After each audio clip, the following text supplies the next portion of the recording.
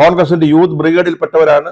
പറഞ്ഞല്ലോ, ആ പാലക്കാട് വിജയത്തിന്റെ പിന്നിലെ ഏറ്റവും പ്രധാനപ്പെട്ട ഒരു ശക്തി എന്ന് പറയുന്നത് അത് ഷാബി പറമ്പിലായിരുന്നു. അപ്പൊ സ്വാഭാവികമായിട്ടും ഒരു സൗഹൃദം, ആ സൗഹൃദത്തെ, ആ അടുപ്പത്തെ എന്തോ ഷാബിയുടെ രഹസ്യങ്ങളൊക്കെ അറിയാവുന്ന ആളാണ് രാഹുൽ മാങ്കൂട്ടത്തിൽ എന്നൊക്കെ പറഞ്ഞ് ഒരു പുകമറ സൃഷ്ടിച്ച് ഷാബി ഒരു സംശയത്തിന്റെ നിഴലിൽ നിർത്താനുള്ള ഒരു ശ്രമം ആരംഭിച്ചു കഴിഞ്ഞു.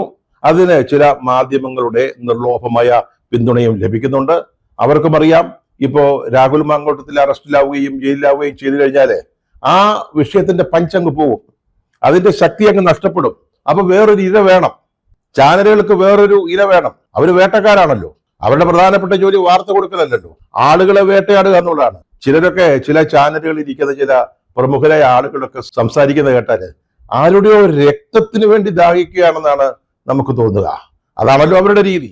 അതുകൊണ്ട് ഇനി അവർക്കൊരു ഇര വേണം കുറെ കാലം കൊണ്ടു നടക്കാൻ. അവരുടെ റേറ്റിംഗ് പിടിച്ചു നിർത്തുന്നതിന്, അല്ലെങ്കിൽ റേറ്റിംഗിന് വേണ്ടിയുള്ള മത്സരത്തിൽ ഒന്നാമതെത്തുന്നതിന് അവർക്കൊരു ഇര വേണം. അവരും ഇപ്പോൾ കാണുന്നത് ഷാഫിയെ. കാരണം